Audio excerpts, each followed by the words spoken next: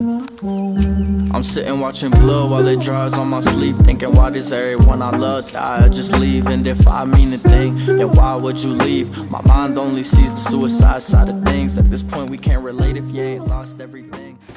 Okay, so what's up guys, welcome back to West 12 World. Sorry, in a bit of a rush, we have load shedding in 40 minutes. I need to feed, clean, and medicate. So let's just start with these idiots of sniper cobras.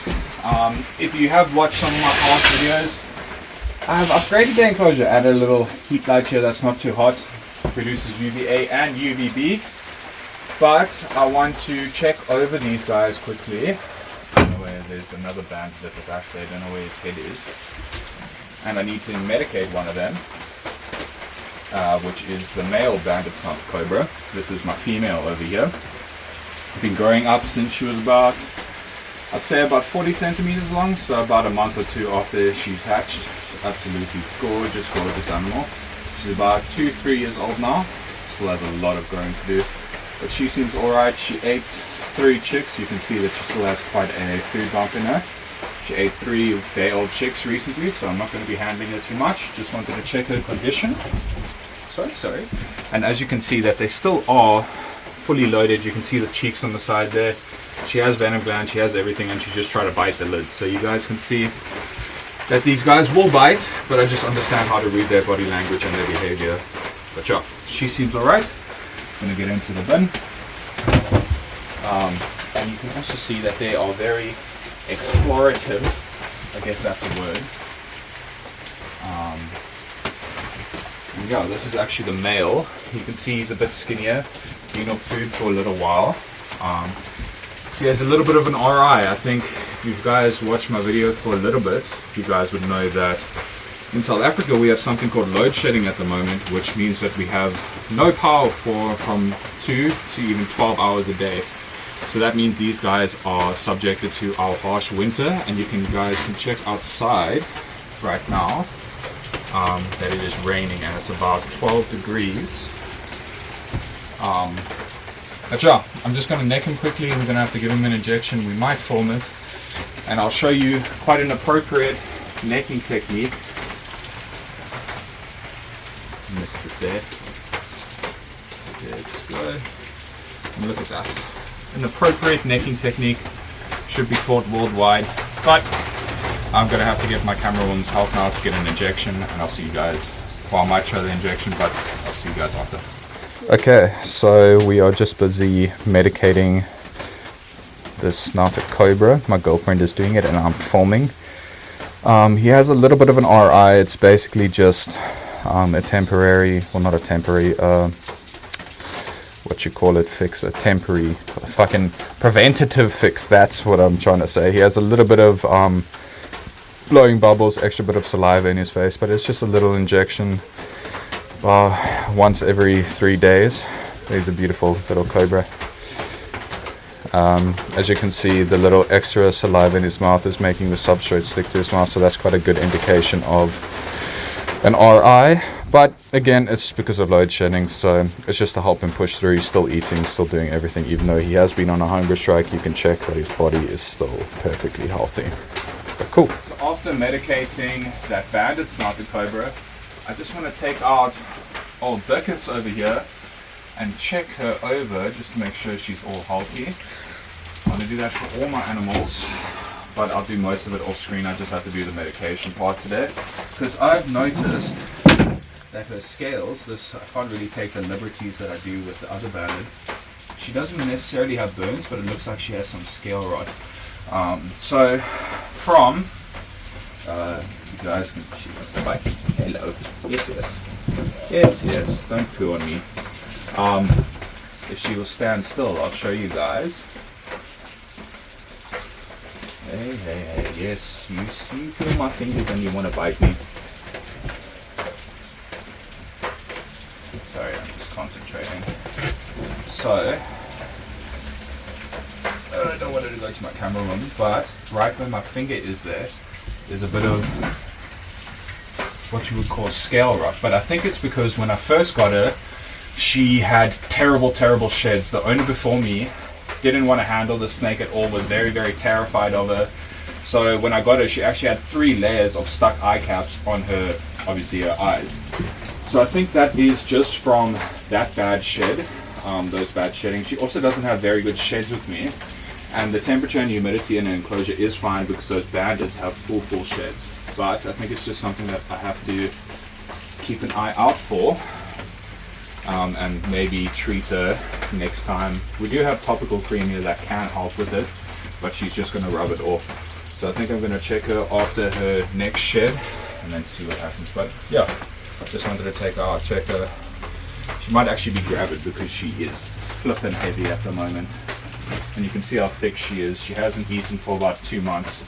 But now if you want to come close, you can see it there, some damaged scales. So yeah, I think I just have to keep an eye on her. Yeah, again, if I put some cream on it now, it could help with it, but I think she will just rub it off. Only other way I could do it is maybe put it in a separate tub that is just paper towel. But yeah, I'm going to get the other banded snouted cobras out and then put them back, and then we can move on to the next snakes real quick. Because it's not burns. Here we go, go back inside. It's not burns, that's what I first thought it was. If you remember when I first got her, it was like very bad sheds that she had. And I think it's just stemmed from that. Have a good time. So next up, you guys can see that I have an updated design from NASA to safely protect me from spinning cobra venom. But you can also see that I broke the glass, so that was absolutely fantastic. So my Mozambique spinning cobra is now back in this enclosure. It's an arboreal setup, so not necessarily great for them, even though they will climb trees and stuff like that. But yeah, he's popped out of shed. Just need to check on him as well to make sure he got all that shed off. But he is also an old boy and a very big boy, so he does struggle with getting his sheds off. But look how gorgeous this snake is. Oh, my hook's stuck in my jacket. Absolutely gorgeous animal. He was also very skinny when I first got him, and he's grown up to this now. Very thick Mozambique spinning cobra. Absolutely love him. He doesn't really spit too much, but when he does, they are super accurate. Some studies say they can spit accurately up to 3 meters, which I don't necessarily believe, but I mean, I don't really doubt them. He's about a 1.5 meter Mozambique spinning cobra, and they only get to about 1.5 to 1.6, so he's a fairly large one. But I'm going to get him in and clean up his enclosure. Okay, so my girlfriend is now demoted to the floor because she doesn't feel like standing anymore. But I'm going to get this Mozambique spinning cobra out, cleaned up his enclosure. He got everything off. Again, the most important thing to look for when your snakes pop out of shed, if you do have your own snakes, not only venomous but all snakes, is that they pop off their eye caps. So snakes don't actually blink, they actually have a protective layer of skin over their eyes. But yeah, if you can see in my right hand here, he has a little bit of stuck shed on his tail. I think I'll just help him get it off. And we might just go straight into his enclosure, which we will for the snake. But yeah, it's also quite important to get that last little piece of the tail off, especially with old snakes. It can become a problem. It actually has become a problem for one of my younger black mambas that I just got in.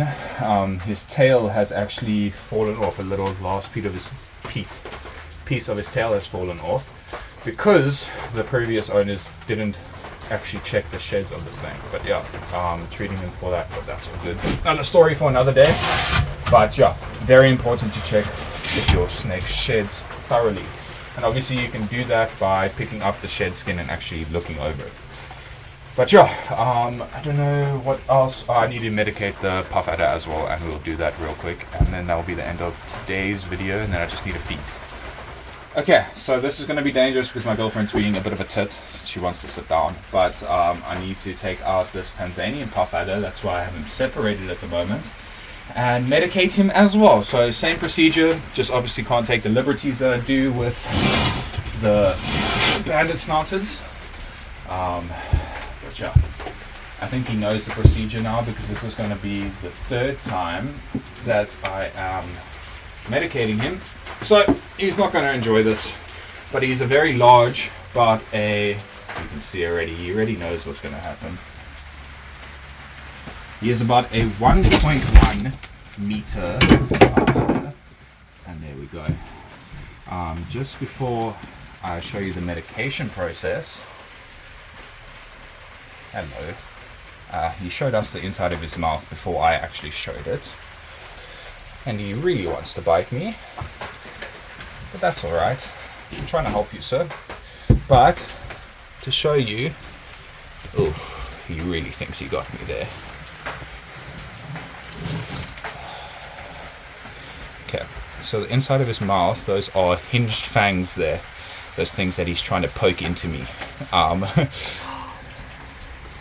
And yeah, you can see the venom dropping because he thinks he's actually biting me. But that extra saliva in the mouth, he's been treated 3 times now, so it's gone down a lot, but he was popping and there was bubbles coming out of his mouth. But yeah, so I'm going to put him back on the ground and then medicate him on the floor because he's obviously not too happy with me, but he's an absolutely gorgeous, gorgeous puff adder. Okay, so we just medicated him. Couldn't actually film it because he's very, very strong, even though he's sick at the moment, and he just wanted to bite everything. So he is coiling up now, lining up for a bite. So what I need to do is actually just get him straight in the enclosure over here and then release quickly. So these guys have the fastest strike of any, well, there was said to be any snake in the world, but it's definitely the fastest strike of any snake on the African continent. They can strike 3 times in 0.2 seconds. So that's faster than you can blink. They can strike 3 times at you, and that's back, forward, back, forward. They are ambush predators, that's why they have such a very, very fast strike. And while we were medicating him, his fang popped out. Don't know if you guys will be able to see it. I don't want to get too much closer because it still is full of venom, and if it pokes me, it's not going to be a very good day for me. But you can see it's about, I would say, 3 or 4 centimeters long, and there you can see the front hinged fangs of most spikers. And yeah, thank you guys so much for watching today's episode. Sorry that it was rushed, but again, I'm fighting against the clock because there's not going to be power in about 20 minutes and I still need to feed. But yeah, thank you guys all for watching. I hope you did enjoy. I'll see you all in the next one. Peace.